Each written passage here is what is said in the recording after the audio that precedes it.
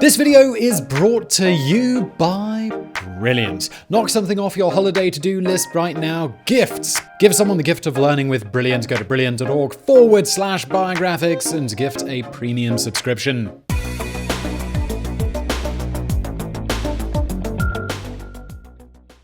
In the year 68 AD, Nero committed suicide, ending not only his reign as Emperor of Rome, but the reign of the Julio-Claudian dynasty. Unsurprisingly, this plunged Rome into chaos as multiple factions tried to fill the power vacuum created by the fall of Nero. Following this came a crisis known as the Year of the Four Emperors, which, as you might guess, saw four different men seize the throne in the span of less than a year. Once the dust had settled and the turmoil had ended, Rome had a new emperor, Vespasian, who started his own Flavian dynasty. Vespasian was instrumental in bringing some much-needed stability back to the Roman Empire.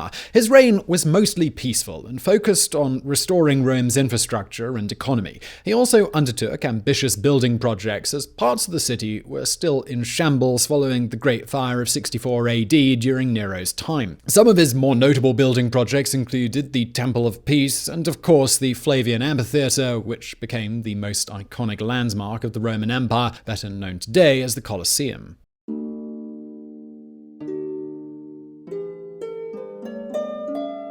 In the Lives of the Caesars, ancient historian Suetonius provided us with information regarding Vespasian's early years. According to him, the future emperor was born Titus Flavius Vespasianus on November 17th, 9 AD, in the Sabina region of Italy, in a village called Falacrine, whose exact whereabouts are unknown today. By all accounts, Vespasian came from humble beginnings. Suetonius describes the Flavian house as obscure and without family portraits, yet one that the country has no reason to be ashamed of. The first Flavian of note was Vespasian's paternal grandfather, Titus Flavius Petro, who fought as a centurion for Pompey at the Battle of Pharsalus against Julius Caesar.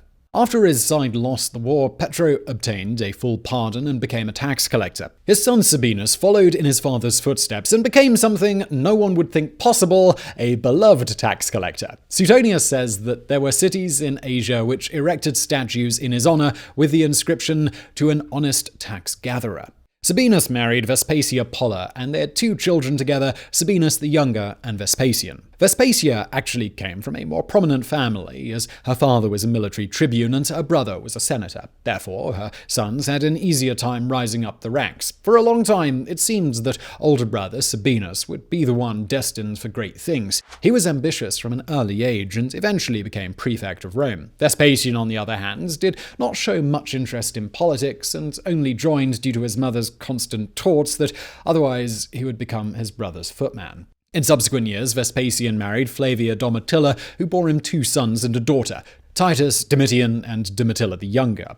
While both sons would eventually reign as Roman emperors, Vespasian's wife and daughter passed away before he ascended to the throne.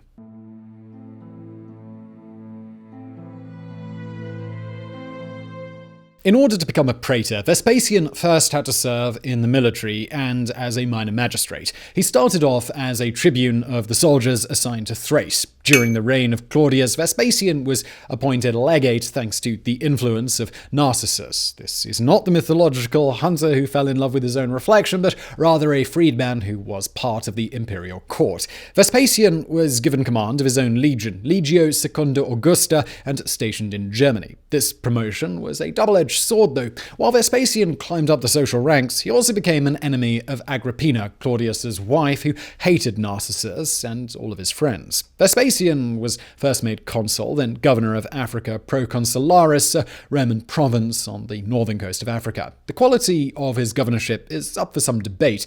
Although he did not go into details, Tacitus described it as notorious and hated in his histories, and he compared it unfavorably to that of his predecessor Vitellius, who was honest and popular. Suetonius, however, said that Vespasian governed with great justice and high honor, although even he specified that the governor once had to deal with a riot where people pelted him with turnips. There was one odd thing about Vespasian's governorship, though. It almost bankrupted him. Normally, governors used their positions to make as much money as possible through extortion or receiving bribes. It was almost expected of them, as the governorship served as a reward typically given either to friends of the emperor or ex-consuls who fought well in military campaigns. Vespasian, however, chose to secure friendships and favors over money, and at one point he found himself almost broke. Suetonius wrote that he was forced to mortgage all of his estates to his brother and took up the mule trade to win back some of his fortune, thus earning the nickname the Muleteer. Vespasian's career as a civil servant ended somewhat ignominiously. After Claudius came Nero, and although Vespasian was originally part of his retinue, he quickly lost the emperor's favor. He greatly offended Nero by repeatedly falling asleep or walking out during his musical performances. Vespasian was eventually kicked out of the emperor's inner circle and began avoiding all public appearances altogether, fearing that Nero's wrath might go further than simply banishing him from his imperial court.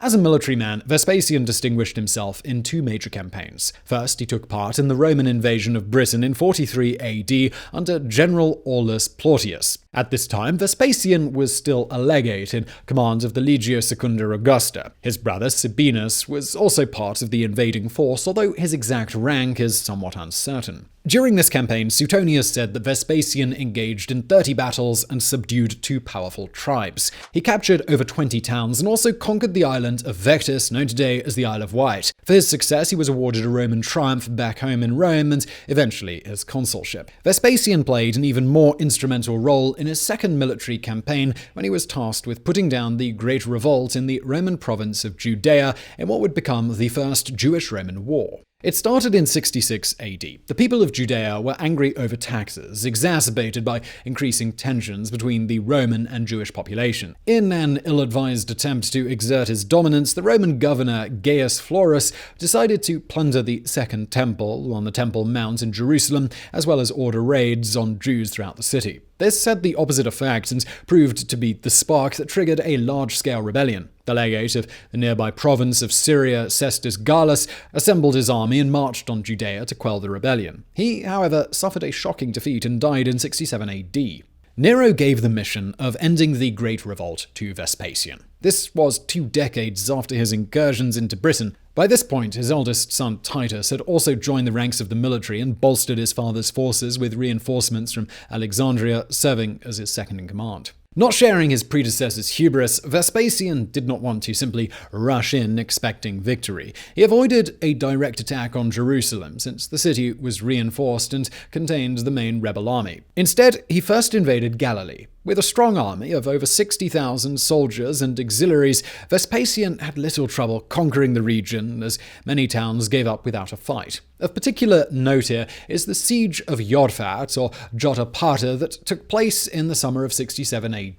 The Romans took the city after 47 days. The leader of the Jewish forces was Yosef ben Mattiyahu, who became better known as Josephus, one of the most important Jewish historians of the era. Vespasian kept Josephus in his retinue as a slave/interpreter, eventually granting him his freedom and Roman citizenship when he became emperor. Josephus wrote The War of the Jews, a chronicle of the revolt that gave detailed accounts of several battles. According to him, Vespasian initially wanted to send him to Nero after the siege, but Josephus persuaded the general to keep him for himself by convincing the Roman that divine prophecy ordained that Vespasian will become emperor of Rome. Suetonius also made reference to this prognostication and also mentioned multiple other omens which allegedly showed that Vespasian would one day rule Rome.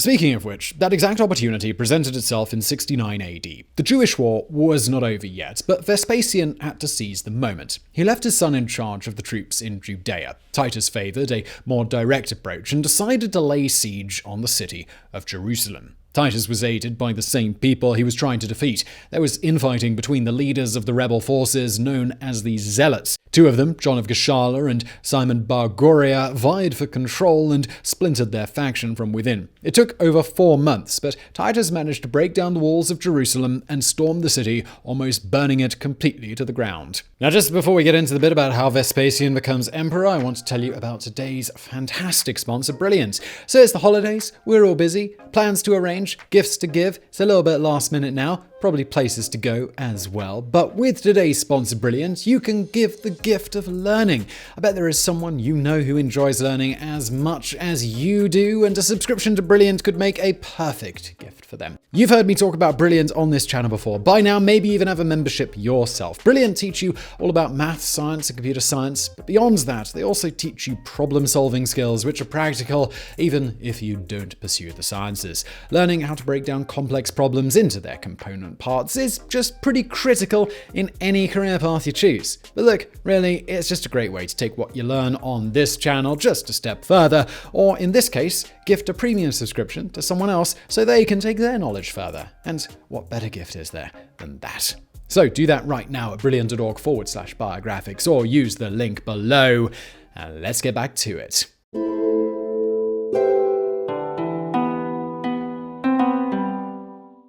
In order to get a good picture of Vespasian's ascension to the throne and the impact it had on Roman history, we must understand the turbulent times that came before it that threatened to bring down the empire itself. In the year 65 AD, the Pisanian conspiracy attempted to get rid of Nero and restore the Roman Republic. It failed and resulted in dozens of executions, suicides, and exiles as Nero grew increasingly paranoid about the people around him. A couple of years later, Governor Gaius Julius Vindex from Gaul rebelled against Nero and marched with an army to depose the emperor and replace him with another governor named Galba. He also failed, but support for Nero was at an all-time low from the army and the noblemen, although he remained popular with the people. In 68, the Praetorian Guard was persuaded by Prefect Nymphidius Sabinus to abandon Nero and switch its allegiance to Galba. Nero was tried in absentia and condemned to death as a public enemy. When word reached the emperor, he decided it would be better if he died by his own hands, so Nero committed suicide, thus ending the first imperial dynasty of Rome. Turmoil erupted immediately as Nymphidius had a change of heart, and instead of supporting Galba, he wanted the throne for himself. As it turned out, he wasn't nearly as popular as he thought he was. The soldiers were reluctant to betray Galba, and after an inspiring speech by military tribune Antonius Honoratus, they unequivocally rejected Nymphidius's plan and cut him down with their swords and then dragged his body through the city. Galba didn't stay in everyone's good graces for long, though. He became emperor in June 68 AD. In January of the following year, he had already lost the support of the soldiers and the noblemen. This was mostly because he didn't reward those loyal to him, and he failed to keep promises made by him or Nymphidius on his behalf. Moreover, Galba also cancelled all of the reforms of Nero and adopted a young nobleman named Lucius Calpurnius Piso Licinianus as his successor, offending other more prominent statesmen who felt like they deserved that honor. Among these statesmen was Marcus Salvius Otho. He had the influence to sway the Senate to his side and the money to bribe the Praetorian Guard. On January the 15th, the Guard assassinated Galba, Piso, and a few close associates, and placed their heads on spears and brought them to Otho, who became the new emperor. According to Plutarch, although only a few Praetorians were involved in the killings, hundreds others piled the bodies on the ground and smeared their hands and swords with their blood as a show of loyalty to Otho. Otho's reign lasted a whopping 3 months. At the same time that he made a claim to the throne, so did another man named Vitellius. However, the latter was in Germany at the time, so it took him longer to gather his forces and march on Rome. Vitellius had been put in charge of the Roman army in the province of Germania Inferior, and he quickly endeared himself to his soldiers. In fact, he was so popular that his troops refused to swear allegiance to Galba and instead proclaimed Vitellius as emperor. By the time his forces actually reached Italy, Galba was dead and Otho was the new ruler. The two met at the Battle of Bedriacum on April 14, 69 AD, which resulted in a decisive victory for Vitellius. After his defeat, Otho committed suicide. Tacitus actually gives Otho quite a noble death, saying that the emperor killed himself to avoid plunging Rome into civil war. The historian writes that Otho delivered an impassioned speech, saying that his life was not worth so many of Rome's young men, such noble armies, to be again cut down and lost to the state. At Otho's funeral, Tacitus mentions that some soldiers followed their emperor's example and committed suicide near the pyre, and that the practice was repeated at other military camps.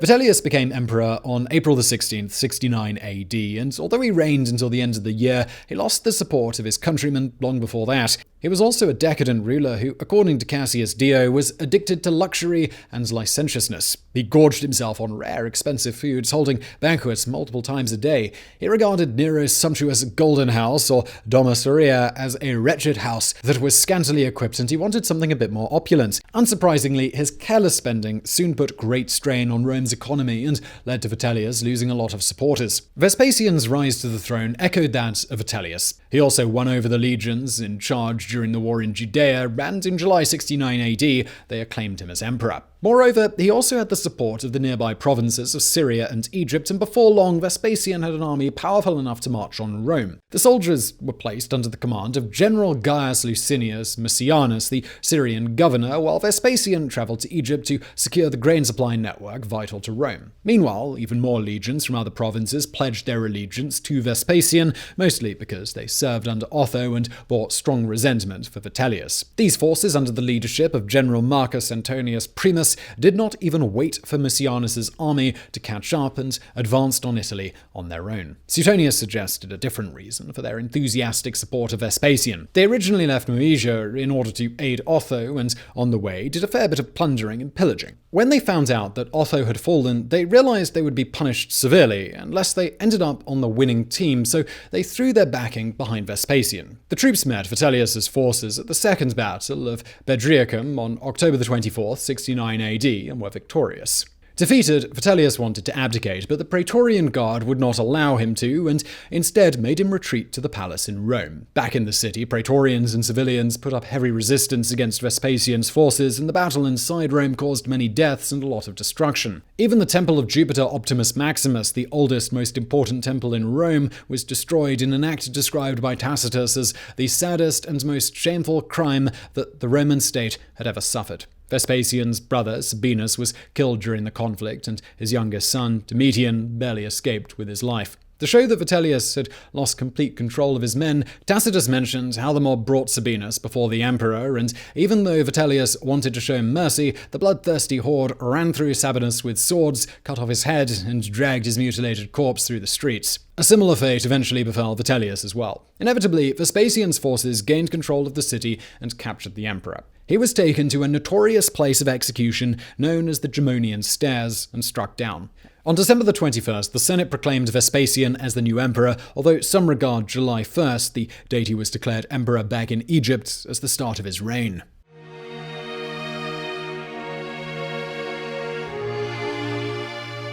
Vespasian was still in Alexandria when he heard of the death of Vitellius and that he was now in charge of the Roman Empire. Therefore, Mucianus handled the administration of the empire, assisted by Domitian. The two acted with complete authority, and even Mucianus had an imperial seal given to him by Vespasian so that he may stamp official documents. At one point, Vespasian sent Domitian a tongue-in-cheek message saying, "I thank you, my son, for permitting me to hold office, and that you have not yet dethroned me." After a year of strife, war, and numerous expenditures, Mucianus' first concern was refilling Rome's coffers. He enacted new taxes and brought back old ones, a strategy which was continued when Vespasian returned. Undoubtedly, the most memorable money-making scheme enacted by the emperor was a urine tax. In ancient Rome, it was a commodity prized for its high ammonia content, used in laundry and tanning, and it was collected at public urinals. Since urine was the basis for a successful trade, it felt natural for Vespasian to tax it. Some people found this practice incredibly distasteful, including his son Titus, who protested the idea to his father. According to Suetonius, Vespasian picked up a coin and, holding it to Titus's nose, asked him if he found the smell offensive. He said, "No," and the emperor replied, "Yet it comes from urine." This is regarded as the origin for the Latin phrase pecuna non olet, or money does not stink. It is also the reason why, in many French-speaking parts of the world, a public urinal is known as a Vespasian. Vespasian's reign was aided by a heavy propaganda campaign. He understood that starting a new dynasty, especially after a period of great instability, was a tough task, and that many of his people still regarded him either as unproven or unworthy. He greatly encouraged the spread of stories which mentioned prophecies and omens that he had been destined to become emperor. He made great use of writers and rewarded those who portrayed him in a positive light while punishing those who did not. The Stoic philosophers were frequent targets and were often arrested or had their works destroyed. At one point, at the insistence of Mucianus, Vespasian expelled them from Rome altogether. It should be noted that many ancient historians used as sources for Vespasian Tacitus, Josephus, and Suetonius, who were contemporaries of his. They wrote their accounts during the reigns of Vespasian or his sons, and were all rewarded in one form or another. Cassius Dio, who wrote his work 100 years after the Flavian dynasty had disappeared, was more critical of Vespasian. Although he didn't disparage him greatly either, Dio was not afraid to mention some of his more reprehensible acts, such as the persecution of the Stoics or the execution of the families of certain enemies. Both he and Suetonius mentioned that Vespasian had been the target of multiple conspiracies. Although they failed, they showed that the emperor was probably not as popular as he thought.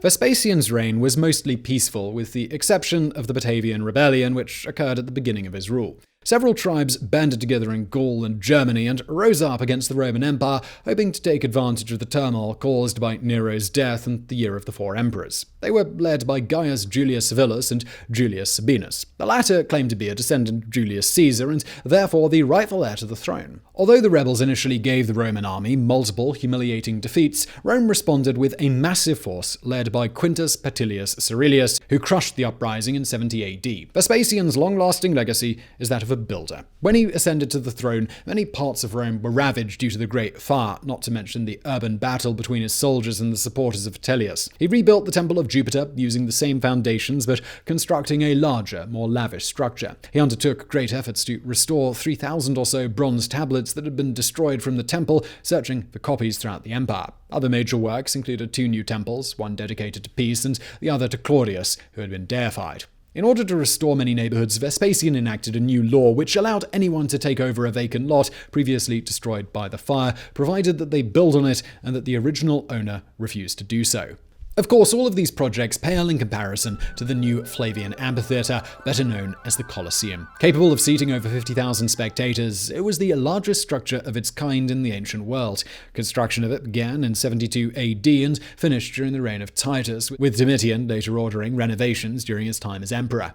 Vespasian died on June 24, 79 AD at the age of 69. His demise was something of a mixed bag. On the one hand, he was only the second emperor at that point to die of natural causes, the first being Augustus, with all the others being assassinated or committing suicide. On the other hand, he did not have a dignified death. Suetonius reported that Vespasian fell ill in Campania and contracted a bowel complaint.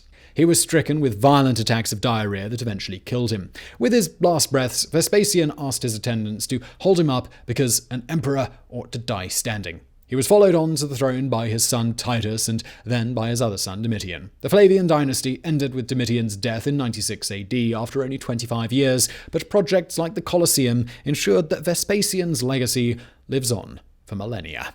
So I really hope you found that video interesting. If you did, please do hit that thumbs up button below and don't forget to subscribe. And as always, thank you for watching.